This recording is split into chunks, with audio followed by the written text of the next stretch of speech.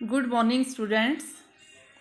आज हम पढ़ेंगे टाइप्स ऑफ इकोनॉमिक एक्टिविटीज़, आर्थिक क्रियाओं के प्रकार। लेकिन उससे पहले मैं थोड़ा सा प्रीवियस लेक्चर के बारे में एक्सप्लेन कर दूं। जो हमने पढ़ा है कि ह्यूमन एक्टिविटीज़ कौन सी होती हैं, जो मनुष्य द्वारा की जाती हैं एक्टिविटीज़, उन एक्टिविटीज़ को ह्यूमन एक्टिविटीज़ कहते हैं।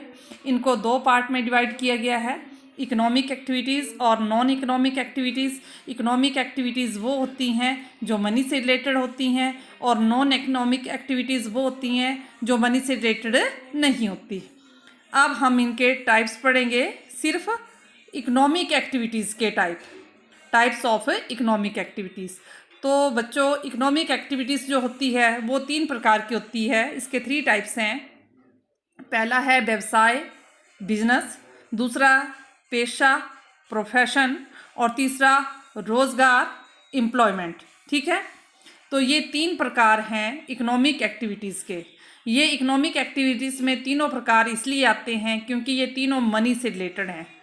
बिजनेस करेंगे तो उसमें भी हमें मनी मिलती है। प्रोफेशन कोई करता है जैसे डॉक्टर, वकील, उसमें भी मनी आती है।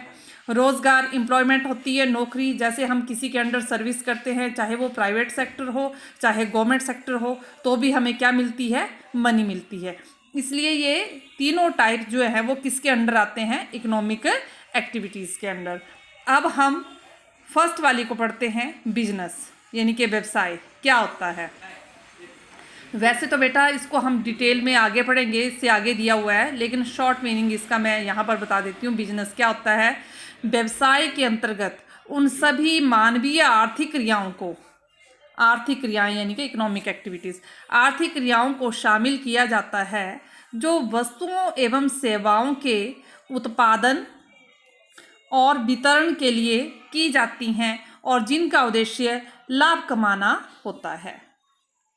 Business includes all occupations which involves production, sale, purchase, distribution of goods and services with the aim of earning profit। इसका अर्थ ये हुआ कि बिजनेस में वो सारी एक्टिविटीज़ इन्वॉल्व की जाती हैं। कौन सी एक्टिविटीज़? Economic activities. बिजनेस के अंतर्गत वो सारी इकोनॉमिक एक्टिविटीज़ आ जाती हैं जो किससे रिलेटेड होती हैं, जिनका एम क्या होता है? प्रॉफिट अर्न करना, या जो मनी से रिलेटेड होती हैं। जैसे हम प्रोडक्शन करते हैं, प्रोडक्शन करने से जो प्रोडक्ट होते हैं उनको बेचा जाता है तो मनी आती है। सेल, कोई बिजनेसमैन है वो सेल करता है, कोई परचेज करता है, तो इन सब में मनी जुड़ी हुई है।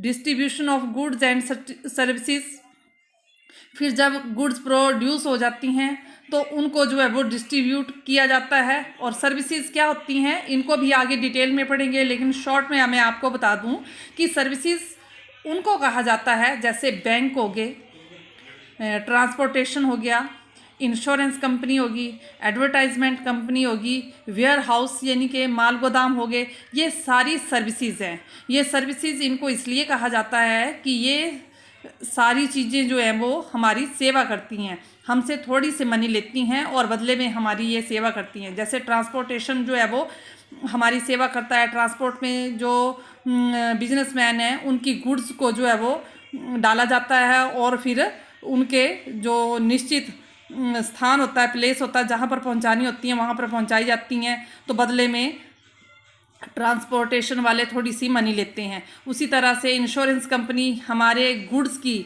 हमारे जो प्रोडक्शन हुई होती है उसका इंश्योर करती हैं और बदले में जो है वो मनी लेती हैं। इसी तरह बैंक वाले जो है वो हमारी बिजनेस के लिए हमें लोन देते हैं, बदले में इंटरेस्ट लेते हैं। तो इस तरह से इन सब को सर्विसेज कहा जाता है। तो आगे इसको डिटेल में पढ़ेंगे, अभी आपके लिए इतना ही काफ़ी है कि अब हम दोबारा से पढ़ते हैं इसको कि बिजनेस में क्या क्या इंक्लूड है। बिजनेस में प्रोडक्शन ऑफ गुड्स बोल सकते हैं, sale, purchase, distribution of goods and services with the aim of earning profit. लाभ को कमाने के लिए जो भी काम किया जाता है, प्रोडक्शन का हो, चाहे सेल का हो, चाहे परचेज का हो, चाहे डिस्ट्रीब्यूशन ऑफ गुड्स और सर्विसेज हो, वो सारी की सारी जो है वो बिजनेस में आती हैं। और बिजनेस जो है वो एक इकोनॉमिक एक्टिविटी माना गया है, आर्थिक क्रिया, क्योंकि बिजनेस का रिलेशन जो है वो मनी से होता है। बिजनेस के बदले में हमें मनी मिलती है। सेकंड, पेशा यानी कि प्रोफेशन। प्रोफेशन क्या होता है? पेशा वे धंधा है जिसमें एक व्यक्ति अपने विशिष्ट ज्ञान एवं प्रशिक्षण के आधार पर अन्य व्यक्तियों की सेवा करता है, जैसे डॉक्टर द्वारा रोगी का इलाज करना, वकील द्वारा वकालत करना एट्सेट्रा। इसमें चार्टर्ड अकाउंटेंट वगैरह भी आते हैं।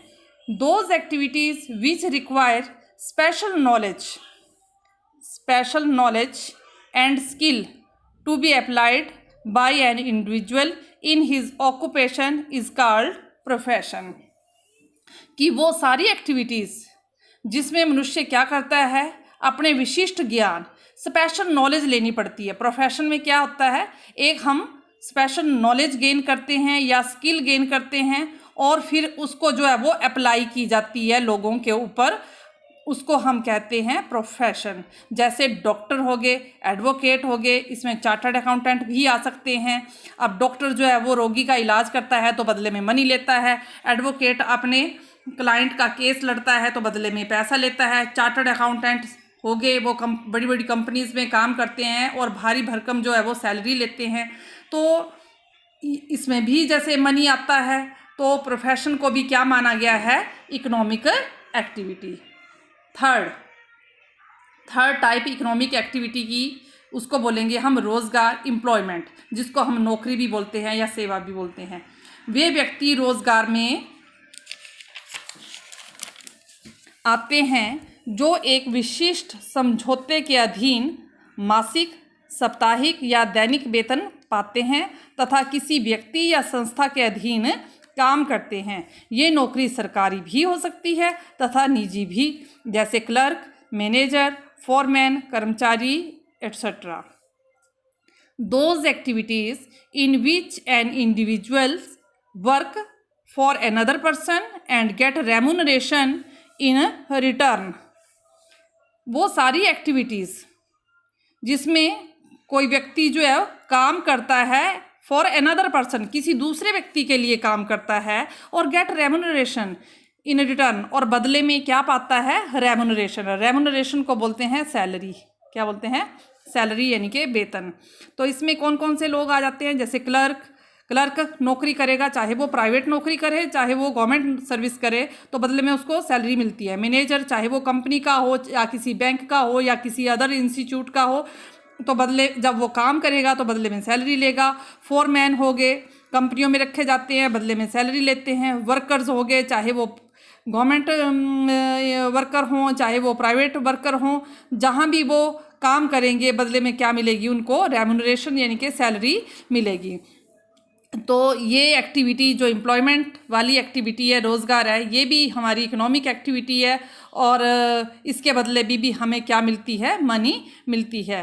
तो ये तीनों एक्टिविटीज़ जो हैं वो किससे रिलेटेड हैं, इकोनॉमिक एक्टिविटी से रिलेटेड हैं, क्योंकि ये मनी आता है इनमें।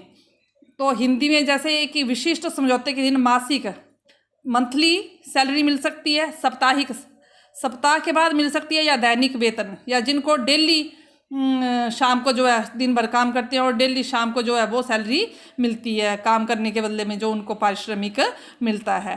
तो ये लोग जो होते हैं काम करने वाले, ये किसी दूसरे व्यक्ति के अंडर काम करते हैं और दूसरा व्यक्ति फिर इनको क्या देता है, सैलरी देता है। तो ये था हमारा रोज़गार। तो ये तीनों एक्टिविटीज़ होगी हमारी, बिजनेस, प्रोफेशन और एम्प्लॉयमेंट। तीनों की तीनों हमारी क्या है, इकोनॉमिक एक्टिविटी, क्योंकि ये तीनों ही मनी से रिलेटेड हैं। ये तीनों जो हैं आगे इनके चैप्टर हैं, आगे डिटेल में भी इनको पढ़ेंगे, लेकिन शॉर्ट में मैंने आपको बता दिया कि इकोनॉमिक एक्टिविटीज़ जो है वो 3 प्रकार की होती है, बिजनेस, प्रोफेशन, एम्प्लॉयमेंट। तीनों के लिए आप बोल सकते हैं ये इकोनॉमिक एक्टिविटी हैं, क्योंकि ये तीनों ही मनी से रिलेटेड हैं। बिजनेस में भी मनी आता है, प्रोफेशन में भी मनी आता है, और एम्प्लॉयमेंट में भी मनी आता है।